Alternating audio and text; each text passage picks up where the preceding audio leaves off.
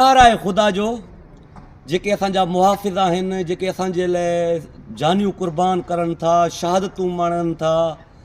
Sindh police ख़ासि करे Ghotki police जे जवाननि सां बेइंतिहा ज़्यादती कई पई वञे पंहिंजे ऑफिसरनि तरफ़ां, SSP तरफ़ां, IG तरफ़ां।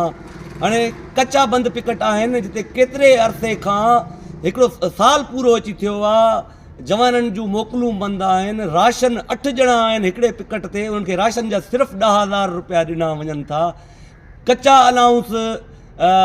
अनाउंस करे विया IG साहब, SSP घोटकी तनवीर तुनिया या ही SPO, कचा अनाउंस हिन महिल ते नाहे मिलियो। उनखां अलावा 3 साल थिया आहिनि असांजे कंहिं बि जवान खे प्रमोशन वारे कोर्स लोअर, इंटर, अपर नथो करायो वञे। 3 सालनि खां असांजे जवाननि जा कोर्स न पिया कराया वञनि।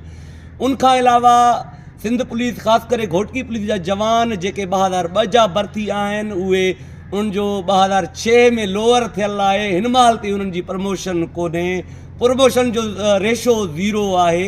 पोइ जवान कहिड़े हिसाब सां विढ़नि? जवान ॿियो छा करनि तव्हांजे लाइ? तव्हां जवाननि लाइ कहिड़ी सहूलियत ॾियो था ऑफिसरो? करप्शन बि तव्हां कयो, सणबी सीटनि ते बि तव्हां विहो। शर्म जी ॻाल्हि आहे।